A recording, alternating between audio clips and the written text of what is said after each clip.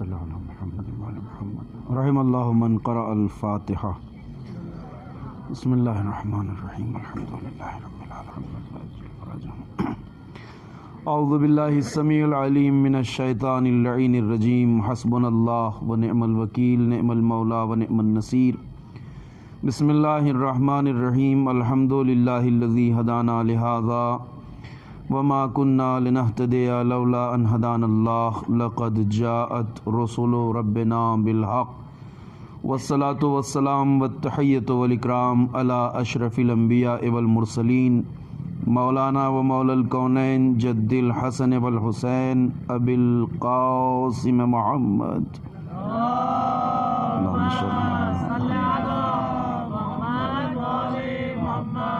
وعلى آلہ الطیبین الطاہرین المعصومین المظلومین الذین اذهب اللہ عنہم الرجس وطہرہم تطہیرا اللہم صل علی محمد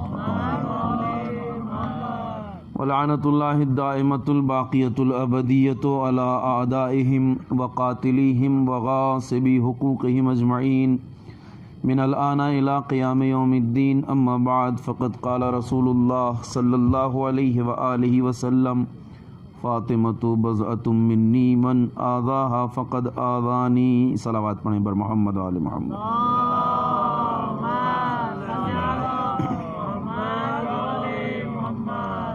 عزیزان محترم اور بزرگان گرامی قدر، حدیث مبارکہ جسے سرنامہ سخن قرار دیا ہے اور جس کے ذیل میں سلسلہ گفتگو آپ کی خدمت میں جاری ہے، پیغمبر اکرم حضرت محمد مصطفیٰ صلی اللہ علیہ وآلہ وسلم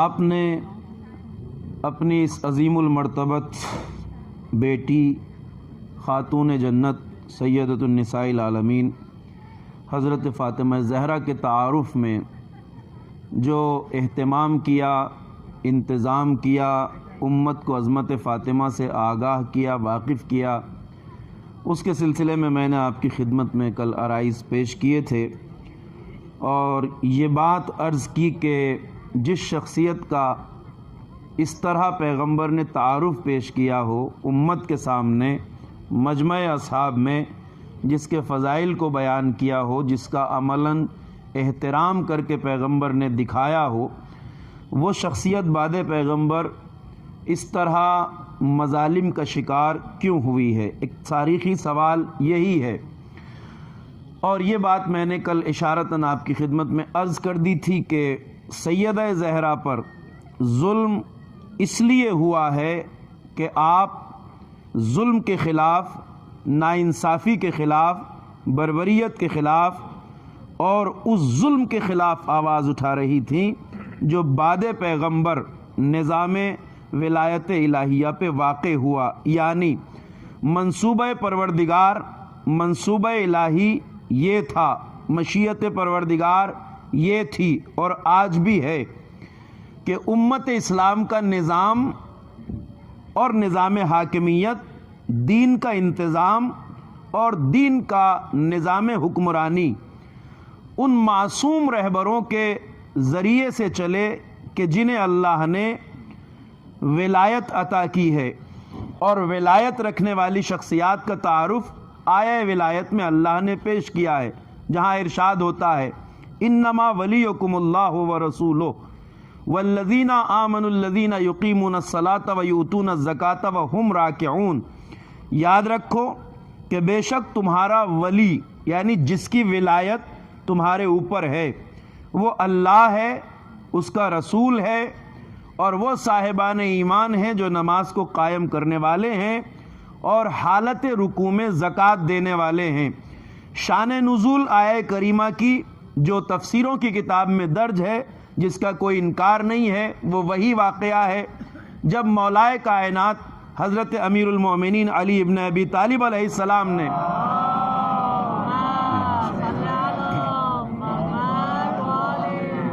حالت رکوع میں سوالی کو، فقیر کو، سائل کو زکوٰۃ دی، انگوٹھی عنایت فرمائی، اور یہ بات طے ہے کہ آیت میں جس شخصیت کی ولایت کا اعلان ہے وہ ولایت امیر المومنین ہے بالتبع ولایت اہل بیت.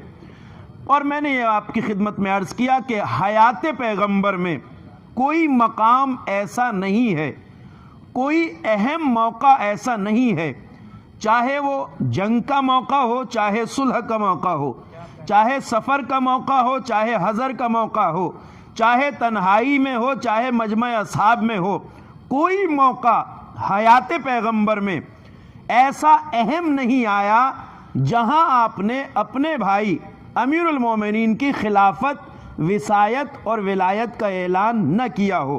امت اسلام اس بات سے واقف ہے، مگر اب جو مجھے آپ کی خدمت میں گزارش کرنا ہے وہ یہ ہے کہ جس طرح حکم پروردگار کے مطابق، اللہ کے حکم کے مطابق پیغمبر اکرم اپنے بعد نظام حاکمیت، نظام حکومت، نظام خلافت اور نظام ولایت کے لیے پیغمبر جس طرح سے انتظام کر رہے تھے، اہتمام کر رہے تھے، امت تک یہ پیغام پہنچا رہے تھے، علی کی ولایت و وصایت و خلافت کا بار بار اعلان کر رہے تھے، اسی طرح وہ افراد جو اسلام میں اپنے چہرے پر نفاق کی چادر ڈال کر داخل ہوئے تھے، وہ بھی شروع دن سے پلاننگ کر رہے تھے، پروگرامنگ کر رہے تھے، منصوبہ سازی کر رہے تھے، خاموش نہیں تھے.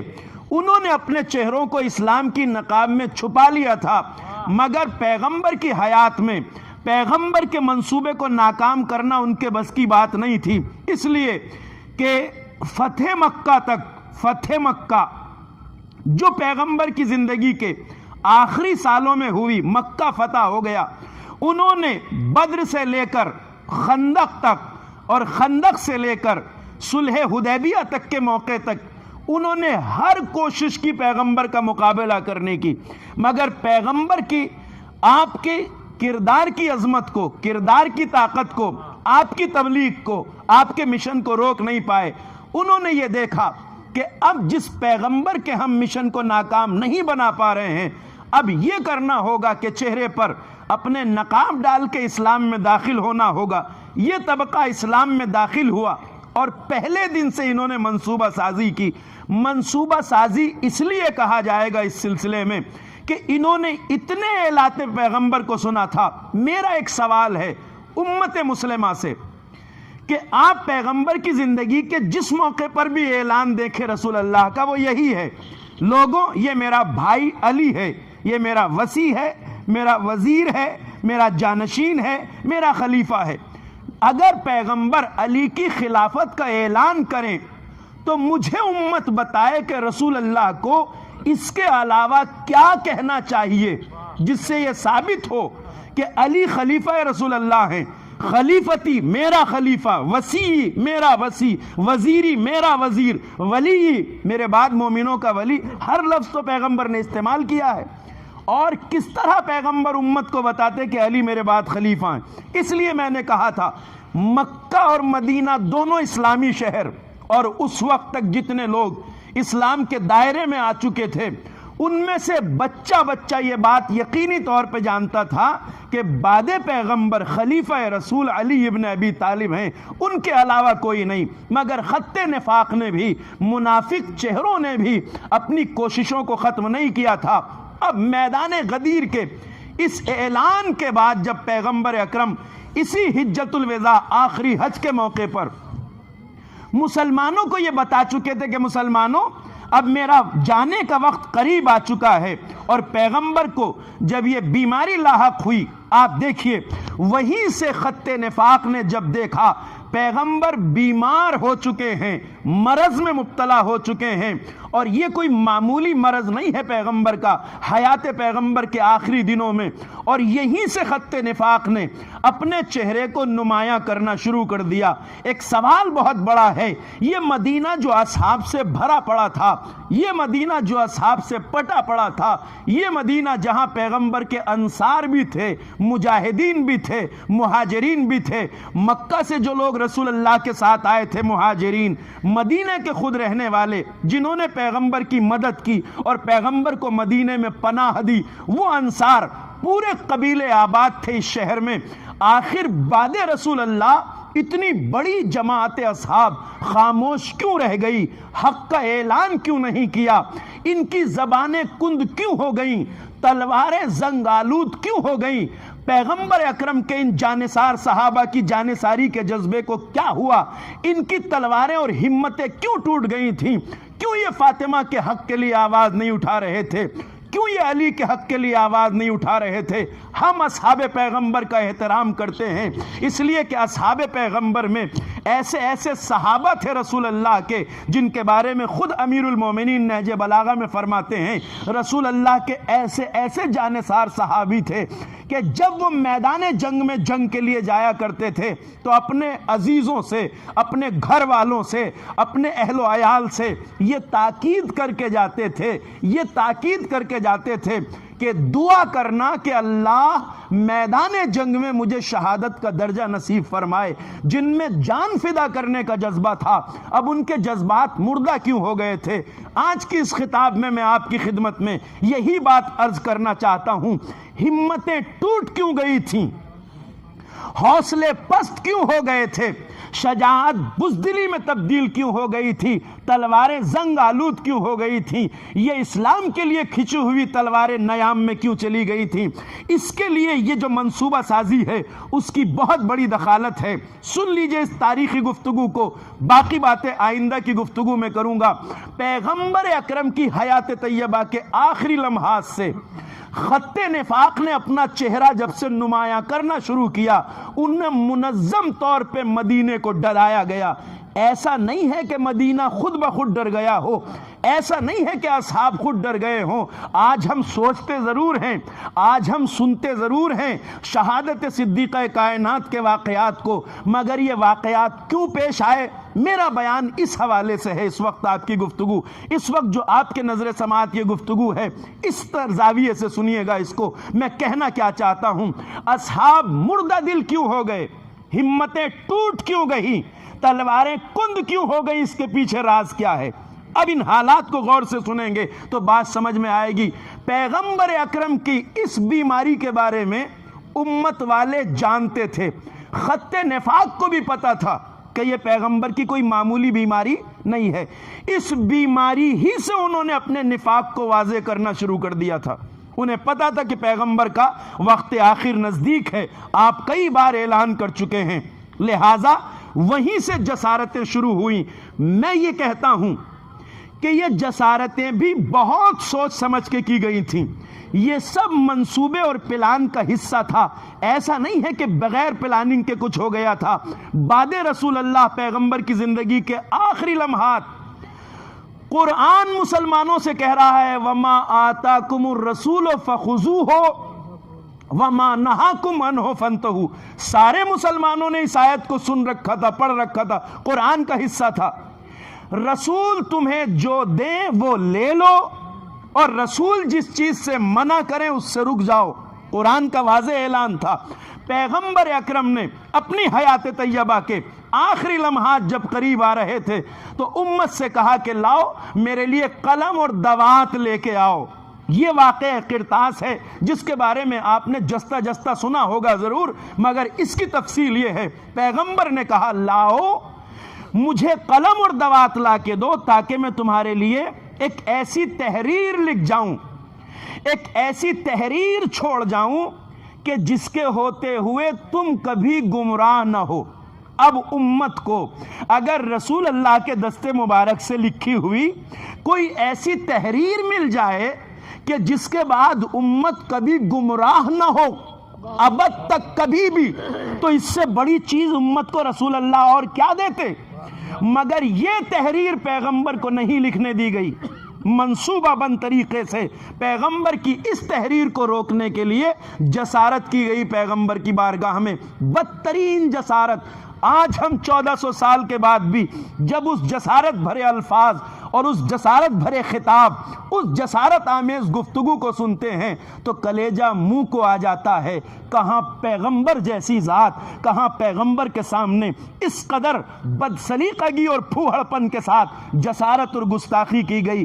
پیغمبر نے کہا قلم اور دوات لا کے دو تاکہ میں تمہارے لیے ایک ایسی تحریر لکھ جاؤں کہ جس کے ہوتے ہوئے لن تزلوا بعدی، تم کبھی بھی گمراہ نہیں ہوگے، ایسی تحریر لکھ جاؤں۔ یہ جانتے تھے اچھی طرح کہ پیغمبر کیا لکھنا چاہتے ہیں۔ توجہ فرمائیے گا، کیوں روکا لکھنے سے؟ اس لیے کہ ان کو سمجھ میں آ گیا تھا کہ رسول لکھنا کیا چاہتے ہیں، کیونکہ پیغمبر نے جو جملہ کہا اس سے انہوں نے اندازہ لگا دیا کہ لکھنا کیا چاہتے ہیں، اس سے اندازہ لگا لیا کہ پیغمبر کیا لکھ کے دینا چاہتے ہیں۔ اس لیے کہ یہ لفظ تو پیغمبر پہلے بھی کہہ چکے تھے، ایسی تحریر لکھ کے جاؤں جس کے بعد تم کبھی گمراہ نہ ہو، لن تزلوا بعدی۔ انہیں یاد آ گیا پیغمبر جو لکھنا چاہتے ہیں اسے زبان سے سینکڑوں بار کہہ چکے ہیں۔ تب کہا تھا انی تارکن فیکم الثقلین، کتاب اللہ و اطرتی، لوگوں میں تمہارے بیچ دو گراں قدر چیزیں چھوڑ کے جا رہا ہوں، دو بھاری چیزیں چھوڑ کے جا رہا ہوں۔ ایک اللہ کی کتاب ہے، دوسرے میرے اہل بیت ہیں۔ جب تک تم ان سے وابستہ رہو گے، ان سے جڑے رہو گے، ما ان تمسکتم بہما، جب تک ان دونوں کو پکڑے رہو گے، لن تزلوا بعدی۔ یہی جملہ تب بھی کہا تھا کہ جب تک ان دونوں سے جڑے رہو گے تب تک میرے بعد کبھی گمراہ نہیں ہوگے۔ آج یہ سمجھ گئے کہ جو کل کہا تھا لن تزلوا بعدی، یہ جو چھوڑ کے جا رہا ہوں جب تک ان سے جڑے رہو گے کبھی گمراہ نہ ہوگے۔ انہیں پتا تھا جو پیغمبر کل زبان سے کہہ رہے تھے وہی لکھ کے جانا چاہتے ہیں۔ اب پیغمبر کا لکھا سند بن جاتا قیامت تک کے لیے۔ زبان سے جو بیان دیا ہے اس میں تبدیلی کی جا سکتی ہے، اس کے ساتھ کھلواڑ کیا جا سکتا ہے، اس میں اطرتی کی جگہ سنتی لایا جا سکتا ہے، طرح طرح سے پیغمبر کی بات کو کاٹا جا سکتا ہے، مگر تحریر کو کون کاٹے گا؟ اس لیے جسارت آمیز طریقے سے بدترین جسارت پیغمبر کے بارے میں کی گئی۔ قرآن کہہ رہا رسول جو دیں وہ لے لو، جس سے منع کریں اس سے رک جاؤ، اور اسی کتاب کو بہانہ بنایا گیا۔ اسے کہتے ہیں نفاق۔ کبھی کبھی دین کے اوپر، میرا جملے کی قدر کیجئے گا، ہم اپنی زندگی میں بھی اس کو دیکھیں، کبھی کبھی دین کے اوپر حملہ دین کی تلوار سے کیا جاتا ہے۔ بہت ہوشیار رہنے کی ضرورت ہے۔ کبھی کبھی دینداری ہی کو وسیلہ بنا کر دین پہ اٹیک کیا جاتا ہے۔ انہوں نے کیا کہا؟ پیغمبر دینا چاہتے تھے تحریر لکھی ہوئی، کہنے والے نے کہا حسبنا کتاب اللہ، ہمیں تو بس اللہ کی کتاب کافی ہے، تحریر کی ضرورت نہیں ہے۔ جس رسول اللہ نے لکھنے کو کہا تھا اسی نے تو قرآن دیا تھا، قرآن کو سینے سے لگا رہے ہیں، پیغمبر کی تحریر کا انکار کر رہے ہیں۔ اسی دن ثابت ہو گیا کہ ان کا رشتہ، ان کا ناتا اگر پیغمبر کے بیان سے نہیں ہے تو کبھی قرآن سے بھی نہیں ہو سکتا۔ اس لیے کہ یہی قرآن تو کہہ رہا ہے جو رسول تمہیں دے اسے لے لو، جس سے منع کریں اس سے رک جاؤ۔ صلوات پڑھیے بر محمد و آل محمد۔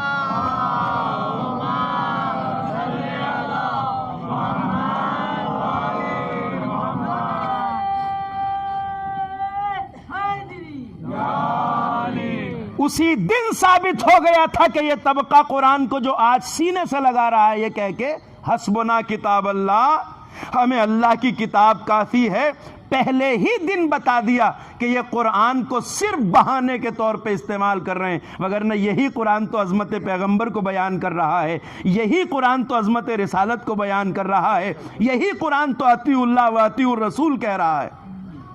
صرف پیغمبر کی بات کاٹنے کے لیے کہا حسبنا کتاب اللہ، ہمیں اللہ کی کتاب کافی ہے۔ مجمع اصحاب میں شور ہونے لگا رسول کے پاس۔ کچھ لوگوں نے کہا رسول کہہ رہے ہیں قلم و دوات لا کے دیا جائے۔ اس ٹولے نے کہا نہیں، بالکل نہیں دیا جائے گا۔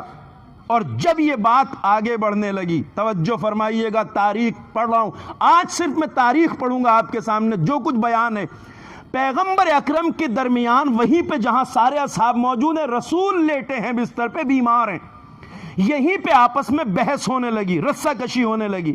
ایک صحابہ کا مجمع کہنے لگا نہیں، قلم دیا جائے، دوات دی جائے، کاغذ دیا جائے رسول کو، رسول کہہ رہے ہیں۔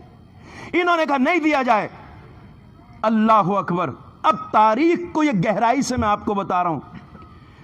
جب یہ رسہ کشی ہو رہی تھی تو کہنے والے ایک جسارت آمیز شخص نے، جسور نے وہ جملہ کہا جس کا میں صحیح ٹرانسلیشن اور ترجمہ بھی آپ کو نہیں بتا سکتا. الگ الگ لفظوں کا ترجمہ کروں گا, بات آپ سمجھ لیجئے گا. کہنے والے نے کیا کہا؟ ان الرجل لیہجر. جب یہ لہجہ اختیار کیا جاتا ہے کسی آدمی کے بارے میں, الرجل, ان الرجل, یہ لہجہ حقارت آمیز ہے. یہ آدمی, کہاں عظمت پیغمبر, کہاں ان الرجل, رسول اللہ کے بارے میں کیا کہا؟ یہ آدمی, یہ آدمی, ان الرجل لیہجر, جو کہہ رہا ہے وہ نعوذ باللہ من ذالک بکواس ہے. یعنی جو کہہ رہے ہیں ان کو خود پتہ نہیں کیا کہہ رہے ہیں. بکواس, حجر یعنی وہ بات جو ہزیان کے طور پہ, آدمی جب بہت بیمار ہو جاتا ہے اس کے منہ سے کبھی کچھ باتیں نکلتی ہیں, اسے ہزیان کہتے ہیں. ہزیان وہ الفاظ جن کا کوئی مطلب اور مقصد نہیں ہوتا. رسول اللہ کے اوپر سب سے پہلا حملہ جو کردار پیغمبر پہ کیا گیا, زبان پیغمبر پہ کیا گیا, بدترین جسارت. میں کہتا ہوں 1400 سال میں پیغمبر اور گستاخ رسالت بہت پیدا ہوئے, مگر اتنی بڑی جسارت کسی نے پیغمبر کے اوپر نہیں کی جیسی اس دن کی گئی. ان الرجل لیہجر,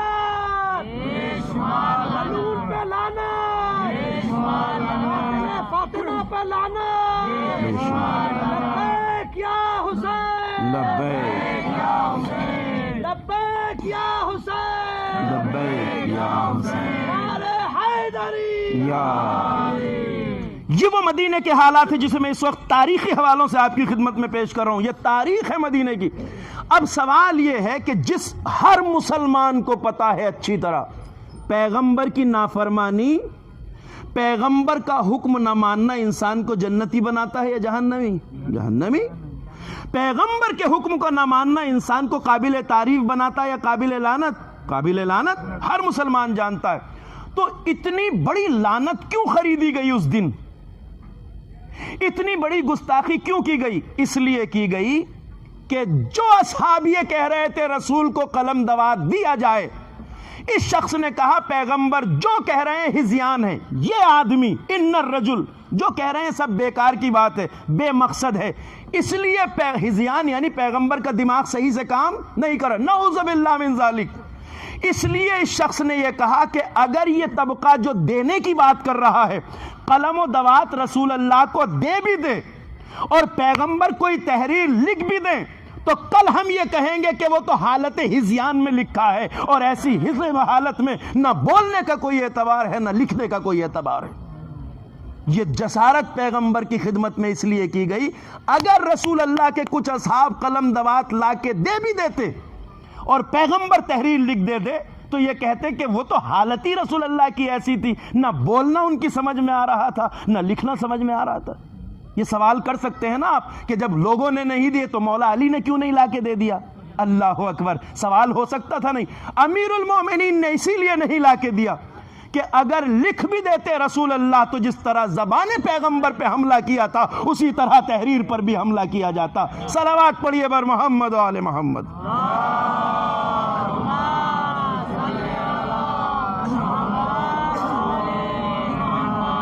میں مدینے کے حالات آپ کو بتا رہا ہوں کہ مدینہ اس حالت میں کیوں پہنچا بعد پیغمبر کہ اصحاب کا مجمع اصحاب خاموش ہو کے گھروں میں چھپ کے بیٹھ گیا ڈر کے مارے. یہ ڈر کی فضا کیسے قائم ہوئی؟ یہ ٹولہ جو رسول اللہ کے سامنے زبان درازی کر رہا تھا, یہ ایک ایک تیر سے کئی نشانے لے رہا تھا. یہ بتانا چاہتے تھے اصحاب پیغمبر کو, یہ بتانا چاہتے تھے اصحاب پیغمبر کو ہمارے چہرے پہچان لو, ہمیں سمجھ لو, ہمیں دیکھ لو. ہم وہ ہیں جو رسول اللہ کے سامنے جسارت کر سکتے ہیں. جب ہم رسول کے سامنے زبان درازی کر سکتے ہیں تو عام مسلمان کی ہمارے سامنے اوقات کیا ہے؟ اور یہ وہ ڈر تھا, یہ وہ مقصد تھا جس کے لیے چال چلی گئی, جس کا مظاہرہ پیغمبر کی آنکھ بند ہوتے ہی ہو گیا. نافرمانی پیغمبر کی زندگی میں کی گئی نا. ارے صاحب تاریخ بھری پڑی ہے, میں سب نہیں پڑھ سکتا آپ کی خدمت میں. قلم و دوات نہیں دیا, رسول مانگتے رہے, اتنا شور مچا, سب نے لکھا ہے, کوئی انکار نہیں کر سکتا. پیغمبر کی بارگاہ میں اتنا شور, اصحاب ایک دوسرے سے الجھ گئے. جیسے کہیں مجمع میں جب بھیڑ بھاڑ میں اختلاف ہو جاتا ہے, شور مچتا نا, کوئی یہاں سے بول رہا. پیغمبر ناراض ہوئے, سب کو کہا سب میرے یہاں سے باہر نکل جاؤ. سب کو پیغمبر نے باہر نکلوا دیا. ایک نافرمانی نہیں ہوئی رسول اللہ کی. اس موقع پہ کئی نافرمانیاں ہیں، اور نافرمانیاں بھی منصوبے کا حصہ تھی. میں بتا رہا ہوں آپ کو، ایک نافرمانی قلم و دوات نہ دینا، ایک کے بارے میں اور آپ نے سنا ہوگا، شاید تفصیل کا علم نہ ہو. پیغمبر اکرم نے انہی دنوں، جب پیغمبر اس بیماری میں مبتلا تھے، رسول اللہ اس بیماری میں مبتلا تھے، ان دنوں روم کا لشکر مسلمانوں پہ حملے کی تیاری کر رہا تھا. روم کی حکومت، امپائر، روم کی امپائر، پرشین امپائر تھی اس وقت، اور رومن امپائر جو بہت طاقتور تھے. رومن امپائر نے ایک بہت بڑا لشکر تیار کیا تھا مسلمانوں پہ حملہ کرنے کے لیے، اور اسی پیریڈ میں پیغمبر نے ایک لشکر بنایا تھا جس کا نام ہے لشکر اسامہ، جیش اسامہ. لشکر اسامہ اس کا نام ہے، جیش اسامہ. اسامہ کا لشکر یعنی ایک نوجوان تھا مجاہد اسلام میں جس کا نام تھا اسامہ ابن زید. اسامہ ابن زید بہادر نوجوان تھا. اس نوجوان کو رسول اللہ نے لشکر کا سردار بنایا تھا. ایک بڑا لشکر رسول اللہ نے تیار کیا تاکہ رومی حکومت کا مقابلہ کریں، اور سارے مسلمانوں کو یہ حکم دیا کہ سب کے سب تیار ہو کر اسامہ کی فوج اور لشکر کے ساتھ یہاں سے مدینے سے جائیں مقابلہ کرنے کے لیے. یہ کسی مورخ نے انکار نہیں کیا، سنی ہو، اہل سنت ہو، شیعہ ہو، ہر کسی نے اس کو اپنی تاریخ میں لکھا ہے. رسول اللہ نے اپنی زندگی کے لاسٹ پیریڈ میں سب سے آخری لشکر جو تیار کیا وہ لشکر اسامہ تھا، جیش اسامہ. پیغمبر نے جب یہ لشکر بنا دیا، اور آپ بیمار تھے ان دنوں، لوگوں کو یہ اندازہ ہو چکا تھا جن کا منصوبہ پہلے سے تیار تھا کہ یہ رسول اللہ کی بیماری عام بیماری نہیں ہے، لہٰذا اگر ہم اسامہ کی فوج کے ساتھ چلے گئے تو ہم مدینے سے دور ہوں گے، اور اس وقت اگر پیغمبر اس دنیا سے چلے گئے تو جو ہمارا منصوبہ ہے وہ خاک میں مل جائے گا. اس لیے اس گروہ نے اسامہ کے لشکر کے ساتھ جانے سے انکار کر دیا. کسی نے کہا یہ اسامہ ابھی نوخیز نوجوان ہے، ہم اتنے بڑے بڑے عمر والے، بوڑھے لمبے چوڑے، ہمیں سردار نہیں بنا، ایسے سردار بنایا. اعتراض کیا. کبھی تو اس اعتراض کو بہانہ بنایا، کبھی اس اعتراض کو بہانہ بنایا کہ ابھی ہم نہیں جا سکتے، حالات نہیں ہیں، ہم پیغمبر کی بیماری سے بڑے پریشان ہیں. پیغمبر، اب روایت بتاتی ہے پیغمبر کو جب جب ہوش آتا تھا، غور سے سنیے گا، تاریخ ہے یہ، جب جب رسول اللہ کو ہوش آتا تھا، آپ کی آنکھ کھلتی تو ہر بار رسول یہ پوچھتے تھے کہ ابھی اسامہ کا لشکر روانہ ہوا یا نہیں، جیش اسامہ، اسامہ کی فوج جو تیار کی ہے وہ مدینے سے گئی یا نہیں. ہر بار رسول کو یہ جواب دیا تھا، یا رسول اللہ ابھی نہیں جا سکی، فوج ابھی لشکرگاہ میں ہے، اسامہ ابھی لشکرگاہ میں ہے، روانہ نہیں ہو پائے گا. کیوں؟ کہ اس لیے کہ بعض اصحاب آنا کانی کر رہے ہیں، بعض کوئی بہانہ کر رہے ہیں، بعض کوئی بہانہ کر رہے ہیں، بعض اسامہ کی جوانی کو وہ بنا رہے ہیں تو نوجوان ہے، ناتجربہ کار ہے. جب جب رسول اللہ کی آنکھ کھلتی تھی رسول پوچھتے تھے اسامہ کا لشکر چلا یا نہیں چلا، ہر بار کہا جاتا ہے رسول اللہ نہیں. اب یہ روایت ہے، اس کو کوئی کاٹ نہیں سکتا، سب نے لکھا ہے. جب کئی بار رسول اللہ کو یہ جواب ملا تو پیغمبر اتنا ناراض ہوئے اس حرکت پر، پیغمبر نے کہا جاؤ سب اسامہ کے لشکر کے ساتھ. اس پہ پیغمبر اتنا ناراض ہوئے کہ کہا مجھے بستر سے اٹھاؤ، مسجد لے چلو. رسول بستر سے اٹھ نہیں پا رہے تھے، بیماری اور مرض بخار کا غلبہ اتنا تھا، اٹھ نہیں پا رہے تھے، مگر پیغمبر نے کہا مجھے مسجد لے چلو. روایت کہتی ہے ایک طرف سے ایک صحابی نے رسول کے بازو کو پکڑا نیچے سے، ایک طرف سے امیر المومنین نے بازوؤں سے سہارا دیا. اس حالت میں رسول اپنی مسجد میں آئے، مسجد النبی میں، کہ پیغمبر کو دونوں طرف سے پکڑے ہوئے تھے بازوؤں کے نیچے سے، اور پیغمبر کے پاؤں زمین پر گھسٹتے جا رہے تھے. پیغمبر چل بھی نہیں پا رہے تھے، مگر مسجد آئے رسول اللہ. مسجد میں آئے، سارے اصحاب کو جمع کیا، منبر پہ آئے پیغمبر اور خطبہ ارشاد فرمایا اور کہا سنو، میں بار بار تم سے کہہ رہا ہوں اسامہ کے لشکر کے ساتھ جاؤ، اسامہ کے لشکر کے ساتھ جاؤ، اسامہ کے لشکر کے ساتھ جاؤ. سن رہا ہوں تم آنا کانی کر رہے ہو، جا نہیں رہے ہو. اور یہ وہ دن تھا جس دن پیغمبر نے، کوئی مورخ اس کا انکار نہیں کر سکتا، منبر پہ مسجد النبی کی پیغمبر نے کہا سنو، نہیں جا رہے ہو. آج اللہ کا رسول کہہ رہا ہے لعن اللہ من تخلف عن جیش اسامہ، جو اسامہ کے لشکر کے ساتھ نہ جائے اس پر اللہ کی لعنت ہو. کس نے کہا؟ رسول اللہ نے کہا۔ کن کے لیے کہا؟ نافرمانوں کے، جو پیغمبر کا کہنا نہیں مان رہے تھے۔ ہم یہی تو زمانے سے کہتے ہیں کہ دشمنان رسول اور پیغمبر کے نافرمانوں پر لعنت کرنا ہماری ایجاد نہیں ہے، سنت پیغمبر ہے۔ صلوات پڑھیے بر محمد و آل محمد۔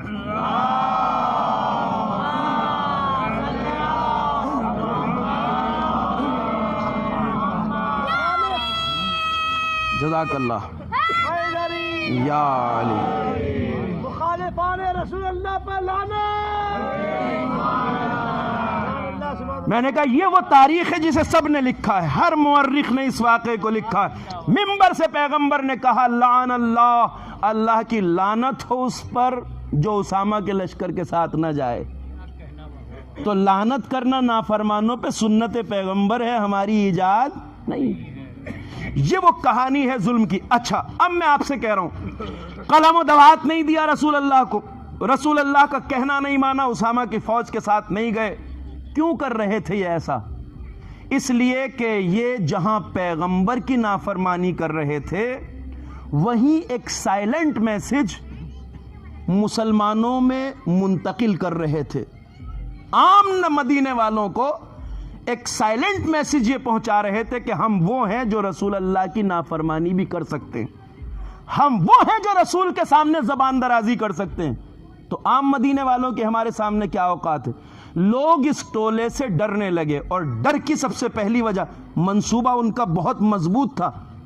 اور اب آپ دیکھیے ادھر رسول اللہ کی آنکھ بند ہوئی، پیغمبر کا انتقال ہوا، اور اس واقعے کو ذرا غور سے سنیے گا، اسے بھی سب نے لکھا ہے، کوئی مورخ کاٹ نہیں سکتا اس بات کو۔ پیغمبر کی جیسے ہی وفات ہوئی تو سارے اصحاب وہیں جمع ہی تھے، کئی روز سے پیغمبر کی بیماری کا تذکرہ تھا، سارے اصحاب جمع تھے۔ اس صحابہ کی بھیڑ میں ایک لمبے قد والے صحابی نے تلوار لہرا کے یہ کہا، تلوار لہرا کے، ننگی تلوار، کہ مسلمانوں سنو، اگر تم میں سے کسی نے بھی یہ کہا کہ رسول اللہ کا انتقال ہو گیا ہے تو میں اس کا گلا کاٹ دوں گا۔ رسول اللہ کا انتقال ہو گیا، اگر کسی نے بھی یہ کہا تو میں اس کا گلا کاٹ دوں گا۔ وہ جو منصوبہ تھا اس کے نتیجے ابھی سے سامنے آ گئے۔ اتنے سارے صحابی جمع تھے، تلوار لہرا کے کہتا ہے کہ اگر کسی نے بھی کہا کہ رسول کا انتقال ہو گیا میں گلا کاٹ دوں گا۔ سوال یہ ہے اتنے سارے صحابیوں میں سے کسی نے یہ کیوں نہیں کہا نادان کیا بکتا ہے، تجھے ہو کیا گیا ہے، آنکھیں کھول کے دیکھ، رسول کا جنازہ رکھا ہے۔ جہاں رسول کا جنازہ سامنے رکھا ہو، بھائی جو چیز سامنے ہے اس میں تو نہ بحث کی ضرورت، نہ دلیل لانے کی ضرورت، نہ استدلال کرنے کی ضرورت، نہ ہی گواہ لانے کی ضرورت۔ کوئی بھی کہہ دیتا تجھے کیا ہوا ہے، آنکھ کھول کے دیکھ، رسول کا جنازہ رکھا ہے، کیوں کہہ رہا؟ مگر سب ڈر کے مارے خاموش ہو گئے۔ میرا کہنا یہی ہے کہ جو اصحاب رسول کی میت کو دیکھ کر اس کے سامنے یہ نہ کہہ سکے کہ آنکھیں کھول کے دیکھ رسول کا جنازہ رکھا ہے، ان سے آپ یہ امید کیسے رکھ سکتے ہیں کہ ان سے یہ بحث کرتے کہ علی کی خلافت کا اعلان رسول اللہ نے غدیر میں کیا تھا؟ جو اب کی بات نہ کہہ سکیں وہ 2 مہینے پہلے کی بات کے بارے میں بحث کر سکتے ہیں؟ یہ تھا مدینے کا وہ ڈر جو بٹھایا گیا تھا مدینے میں۔ مدینہ یوں ہی نہیں ڈر گیا تھا، مدینے کو منصوبہ بند طریقے سے ڈرایا گیا تھا۔ تلواریں کند ہو گئیں، جذبے سرد پڑ گئے، ہمتیں ٹوٹ گئیں لوگوں کی۔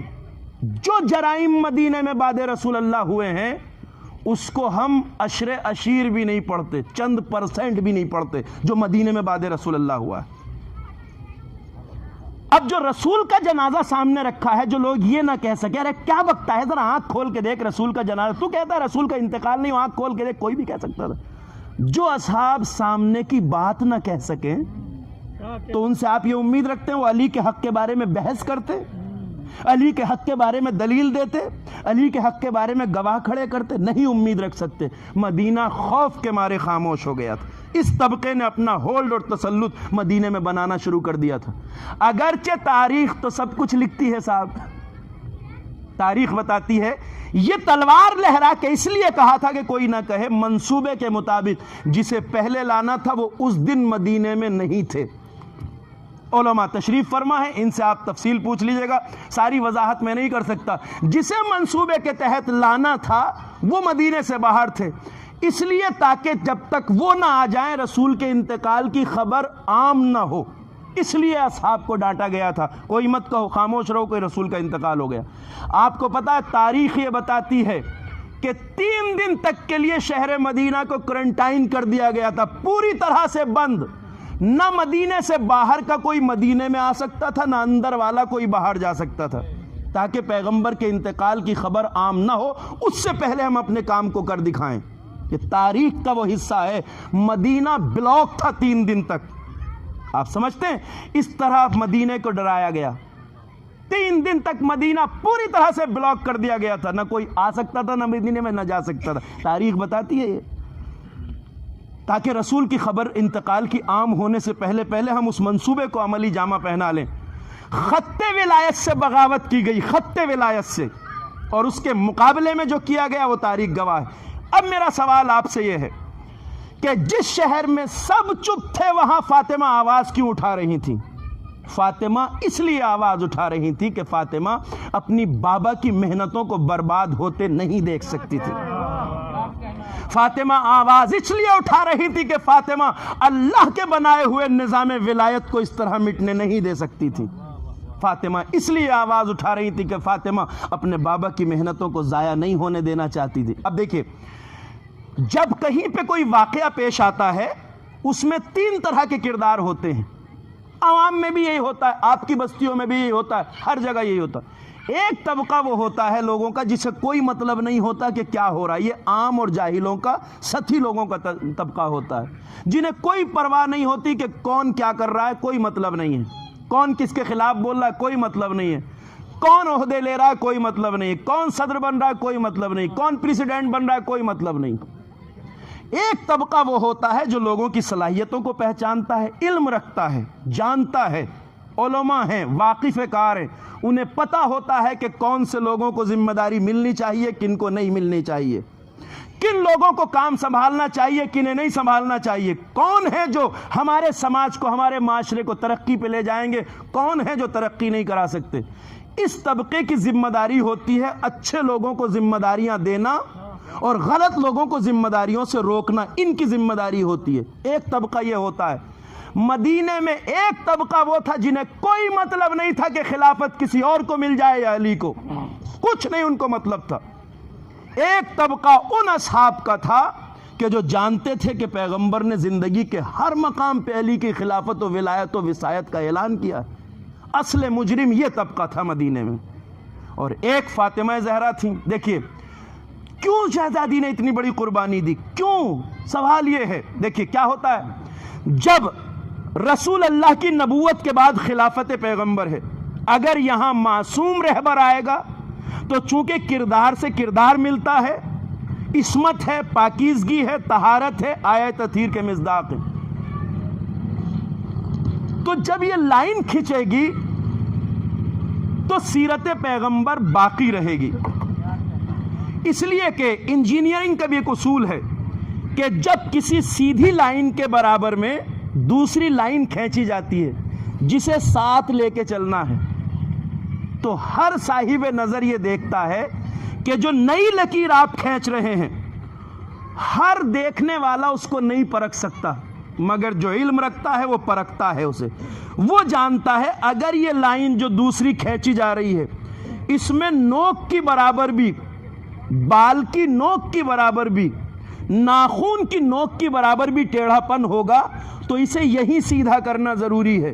اس لیے کہ اگر اسے یہاں سیدھا نہ کیا تو جیسے جیسے یہ لکیر بڑھتی جائے گی اصلی لکیر سے دور ہوتی چلی جائے گی۔ توجہ فرما رہے ہیں؟ جب سیدھی لکیر کے ساتھ دوسری سیدھی لکیر کھینچی جائے تو جو گہری نظر رکھتے ہیں وہ وہیں پہ نظر رکھتے ہیں کہ یہ ٹیڑھا پن جو یہاں آ رہا ہے، عام آدمی کے لیے کوئی فرق نہیں پڑتا، بال کی برابر ہی تو ٹیڑھا پن ہے، مگر جو انجینئر ہے، جو نظر رکھتا ہے، وہ جانتا ہے اگر اسے یہی چھوڑ دیا ٹیڑھے پن کو تو جب یہ لکیر کھنچتی جائے گی اصلی لکیر سے دور ہوتی چلی جائے گی، اور یہ پھر اتنی دور نکل جائے گی کہ اس لکیر اور اس میں کوئی نسبت نہیں رہے گی۔ اور یہ بھی مقولہ مشہور ہے، خشت اول چون نہد میں مار کج تا سریا می روت دیوار کج، پہلی اینٹ اگر ٹیڑھی رکھ دو تو اس پہ جتنی دیوار بناتے جاؤ گے ٹیڑھی بنے گی۔ اور فاطمہ زہرا کی نظریں دیکھ رہی تھیں کہ اگر اس ٹیڑھے پن کا علاج یہاں نہ کیا گیا تو پھر سیرت پیغمبر سے کتنی دور نکل جائے گی خلافت۔ یہ یزید جو پیغمبر کے 50 سال بعد مسند خلافت پہ آیا، ایسا نہیں ہے کہ 50 سال بعد حالات ایک دم اتنے خراب ہو گئے کہ مسجد میں یزید آ گیا مسند خلافت پہ، نہیں، یہ نتیجہ تھا اسی ٹیڑھی لکیر کا جو مدینے میں کھینچی گئی۔ پیغمبر کی اس پاکیزہ مسند کہاں اور یزید جیسا فاسق کہاں، یہ اسی خط نفاق کا نتیجہ تھا جو بعد پیغمبر کھینچا گیا۔ خلافت پیغمبر کو جس راستے پہ ڈال دیا گیا تھا اس میں یزید جیسے افراد کا آ جانا، متوکل جیسے افراد کا آ جانا، حجاج جیسے افراد کا آ جانا، فاسق و فاجروں کا آ جانا، یہ اس وجہ سے تھا کہ یہ لکیر سیرت پیغمبر سے دور لے گئی امت کو۔ فاطمہ اس سے روکنا چاہتی تھی، فاطمہ اسے روکنا چاہتی تھی۔ اور اب آپ سن لیجئے، یہ شہر ڈرایا گیا تھا، خود نہیں ڈرا تھا، ڈرایا گیا تھا منصوبہ بند طور پہ۔ میں بہت جلدی 2-3 باتیں آپ کو سنا رہا ہوں اور جو رہ جائیں گی کل عرض کروں گا۔ رسول اللہ کے بعد اس شہر میں جو جرائم ہوئے ہیں انہیں آپ سنیں گے تو حیرت کریں گے۔ پڑھا کم جاتا ہے مگر یہ تاریخ کا حصہ ہے اور کوئی مورخ انکار نہیں کر سکتا۔ بعد رسول اللہ اس شہر میں جو جرائم ہوئے ہیں انہیں سن کے آج روح کانپ جاتی ہے۔ رسول اللہ کا ایک صحابی جس کا نام ہے حضرت فجاعہ، صرف ذرا سی مخالفت کی اس غاصب طبقے کی جس نے نظام حکومت کو ہاتھ میں لے لیا تھا۔ اب یہ کوئی ہسٹری سے نہیں مٹا سکتا کہ اس فجاعہ کو، جو رسول کا صحابی تھا، مسجد الرسول میں جانماز سے نماز پڑھ رہا تھا، صحابی رسول کا، جانماز سے گھسیٹ کے لایا گیا نماز سے بیچ میں سے، اور مدینے میں مسجد کے صحن میں آگ جلا کر اسے زندہ آگ میں جھونک دیا گیا۔ رسول اللہ کے بعد شہر مدینہ میں یہ جرائم ہوئے ہیں جن کی مثال نہیں ملتی۔ مسجد کے صحن میں صحابی کو مصلی نماز سے گھسیٹ کے لایا گیا اور زندہ جلا دیا گیا۔ تاریخ میں اس کا نام ہے فجاعہ، حضرت فجاعہ کو زندہ جلایا گیا۔ یہ رسول اللہ کے بعد اسی شہر میں ہو رہا تھا۔ یہ مدینہ یوں ہی نہیں ڈر گیا تھا، یہ لوگ زبانیں بند کر کے اپنے گھروں میں یوں ہی نہیں بیٹھ گئے تھے۔ ذرا سی مخالفت پہ ایک صحابی کو زندہ جلا دیا تھا مسجد میں۔ قبیلہ انصار یعنی رسول اللہ کے وہ میزبان قبیلے جنہوں نے مدینے میں رسول کو پناہ دی تھی، رسول کی خدمت کی تھی، انصار، اوس و خزرج کے 2 بڑے قبیلے جن میں پہلے دشمنی تھی، پیغمبر نے انہیں دوست بنا دیا تھا۔ ان کے سردار تھے حضرت سعد ابن عبادہ۔ رسول اللہ کا اتنا پاکیزہ صحابی سعد ابن عبادہ جو عابد شب زندہ دار تھا، پاکیزہ صحابی، اس نے اعتراض کیا ان کے اوپر، اتنے بڑے قبیلے کا سربراہ تھا، تم یہ کر کیا رہے ہو؟ کیا تمہیں نہیں پتا ہے کہ رسول اللہ نے علی کی خلافت کا اعلان کتنی بار کیا؟ بہت بڑے قبیلے کے سردار تھے حضرت سعد ابن عبادہ۔ پتا ہے آپ کو سعد کے ساتھ کیا ہوا اسی شہر میں؟ سعد ابن عبادہ کو رات کے اندھیرے میں حکومتی بدماش نے تیر مارا، رات کے اندھیرے میں مدینے کی ایک گلی میں۔ اتنے بڑے پاورفل صحابی سعد ابن عبادہ کو، جو انصار کے قبیلے کا سربراہ تھا، ان کو تیر مار کے قتل کر دیا رات کے اندھیرے میں، سعد ابن عبادہ کو، رسول کا پاکیزہ صحابی۔ صبح لاش مدینے کی گلی میں پڑی ہوئی پائی گئی۔ جس کا اتنا بڑا قبیلہ ہو، مدینے میں شور مچ گیا، کوہرام مپا ہو گیا، ارے کس نے سعد کو مار دیا، کس نے سعد کو مار دیا؟ رسول کا اتنا بڑا صحابی مدینے میں، اس کا کلیئرلی مرڈر ہو گیا۔ ظاہر سی بات ہے جب اتنا بڑا مرڈر ہوتا ہے تو مسئلہ دربار خلافت تک پہنچا کہ بھائی قاتل تلاش کیا جائے، اتنا بڑا صحابی مارا گیا، اس کا قاتل کون ہے؟ اب دیکھیے، جب حکومتیں خود مرواتی ہیں تو قاتل کبھی پکڑا نہیں جاتا، قاتل کبھی پکڑا نہیں جاتا۔ سعد ابن عبادہ کے قتل کی فائل گئی حکومت کے پاس، اور یہ میں چیلنج سے آپ کی خدمت میں بتا رہا ہوں، تاریخ میں لکھا ہے، تاریخ میں درج ہے۔ یہ 2-3 دن حکومت نے دکھاوا کیا کہ ہم تحقیق کر رہے ہیں، ہم معلومات کر رہے ہیں، قاتل تلاش کر رہے ہیں۔ اس کے 2-3 دن بعد یہ اعلان کیا حکومت نے، مدینے کی نئی سرکار نے یہ اعلان کیا، اور یہ تاریخ میں درج ہے. آپ کہیں گے اتنی بڑے فراڈ ہوئے رسول اللہ کے بعد؟ کیا کہا؟ کہ ہم نے بہت چھان بین کر لی ہے, ہم نے بہت چھان بین کر لی ہے, مگر سعد ابن عبادہ کا کوئی قاتل پکڑ میں نہیں آیا. اب سرکار اس نتیجے پہ پہنچی ہے, دردناک واقعہ سنا رہا ہوں, اب سرکار اس نتیجے پہ پہنچی ہے کہ سعد ابن عبادہ کو کسی انسان نے نہیں مارا, انہیں رات کے اندھیرے میں جن مار گئے. اتنا بڑا مدینے میں رسول کا صحابی مارا گیا, سرکار نے کیا کہا؟ انسان نے نہیں مارا انہیں, رات کے اندھیرے میں کوئی انہیں جن مار گیا. اور یہ کہہ کے ہمیشہ کے لیے سعد ابن عبادہ کے مرڈر کی فائل بند کر دی گئی. جس شہر میں اتنے بڑے صحابی کو مار دیا جائے, اس میں عام مسلمان ان کے خلاف آواز کیسے اٹھا سکتا تھا؟ اگرچہ ایسا نہیں ہے کہ ان کا چپ رہنا انہیں مجرم نہیں بناتا, یہ جرم ہے کہ انہوں نے ہمت نہیں دکھائی, جرت نہیں دکھائی, مگر مدینے کو منصوبہ بند طریقے سے ڈرایا گیا. سعد ابن عبادہ کو رات کے اندھیرے میں مروا دیا گیا اور کہا گیا انہیں جن مار گئے. یہ مدینے میں بعد رسول اللہ ہوا. آپ کو پتا ہے, آپ نے مالک ابن نویرہ کا نام سنا ہوگا, رسول اللہ کا انتہائی پاکیزہ صحابی, عابد شب زندہ دار, مجاہد, بہادر قبیلہ مالک ابن نویرہ کا نام یاد رکھ لیجئے. مالک ابن نویرہ, مدینے کے باہر ان کا قبیلہ آباد تھا, بہت شجاع اور بہادر قبیلہ تھا. سعد ابن عبادہ نے علل اعلان کہا, حضرت مالک ابن نویرہ نے کھلا اعلان کیا, میں اپنے حصے اور اپنے قبیلے کا زکوٰۃ اسے دوں گا جو رسول اللہ کا خلیفہ برحق ہوگا. کیا کہا؟ میں زکوٰۃ دینے سے منع نہیں کیا, میں اپنے حصے کا زکوٰۃ اپنے پورے قبیلے کا اسے دوں گا جو رسول کا خلیفہ برحق ہوگا, اور حق ثابت کرو تو میں دینے کو تیار ہوں. حق تو ثابت کر نہیں سکتے تھے, لشکر بھیجا, وہی جس نے رات کے اندھیرے میں سعد ابن عبادہ کو تیر مارا تھا, اسی کی سربراہی میں ایک لشکر چڑھائی کے لیے گیا مالک ابن نویرہ کے قبیلے میں. تاریخ میں نام ڈھونڈ لیجئے گا, ایسے بدبخت کرداروں کا نام منبر سے لیتے ہوئے اچھا نہیں لگتا. یہ شخص جب گیا مالک ابن نویرہ کے قبیلے پہ چڑھائی کرنے, زکوٰۃ کیوں نہیں دے رہے ہو؟ مالک ابن نویرہ نے جب دیکھا لشکر آ رہا ہے, وہ بھی بہادر لوگ تھے, قبیلہ بہادر تھا ان کا, سارے نوجوان قبیلے کے, اور مالک ابن نویرہ تلواریں لے کے تیار ہو گئے مقابلے کے لیے. یہ تاریخ کا دردناک ترین حصہ ہے جو میں آپ کو سنا رہا ہوں. مدینے میں بعد رسول کیا کیا ہوا.